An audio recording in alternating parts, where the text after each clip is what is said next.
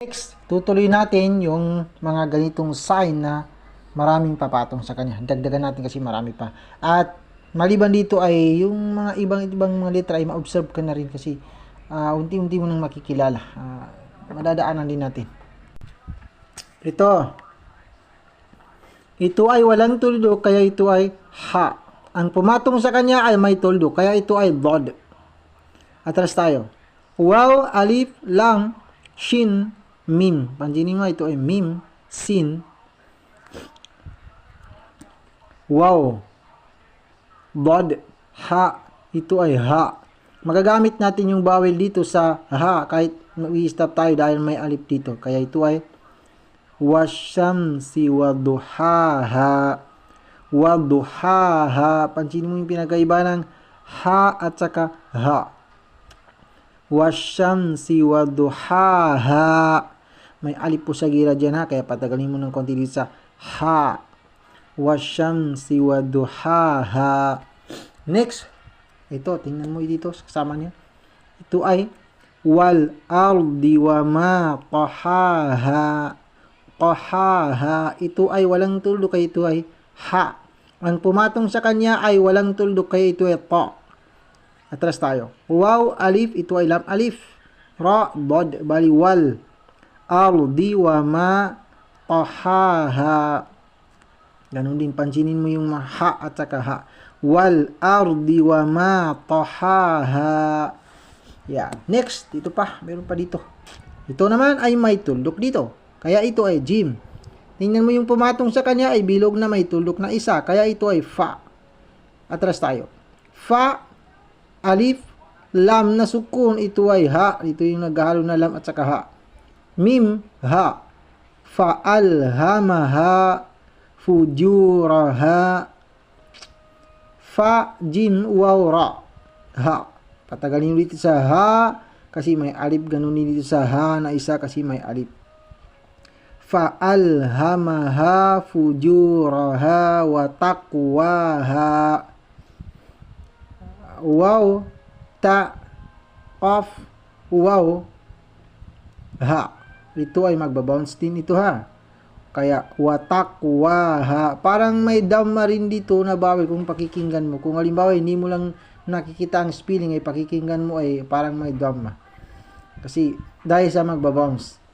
Fa'alhamaha fujuraha watakwaha. Yan. Next. Ito ay walang tuldok kaya ito ay ha. Ang pumatong sa kanya ay walang tuldok kaya ito ay sod. Atras tayo. Dito na tayo sa waqalu. Waw, qaf, lam, waw. Waqalu law.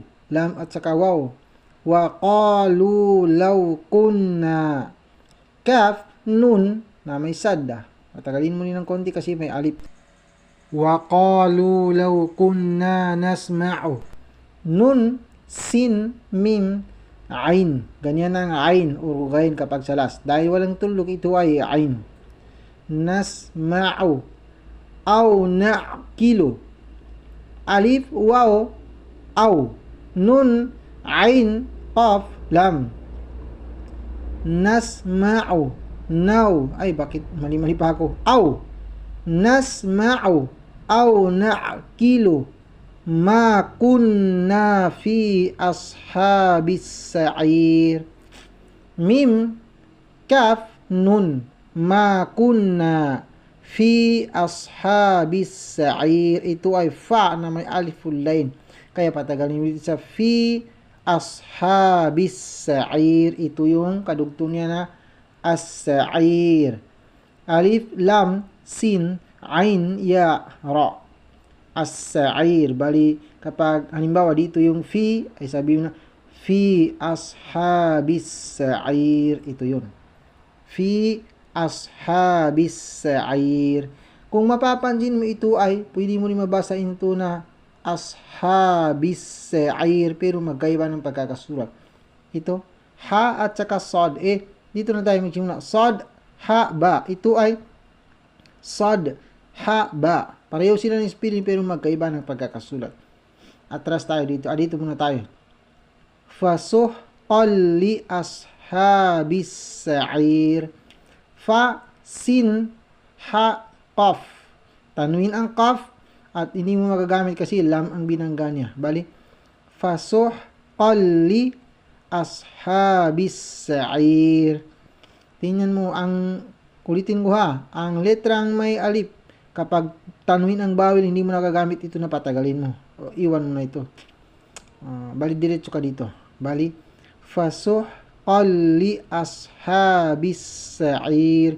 Yung dito ay fi ashabis sa'ir. Dito naman sa atras niya ay ma kunna fi ashabis sa'ir. Ito naman ay fasuhqan li ashabis sa'ir. Yan. Next.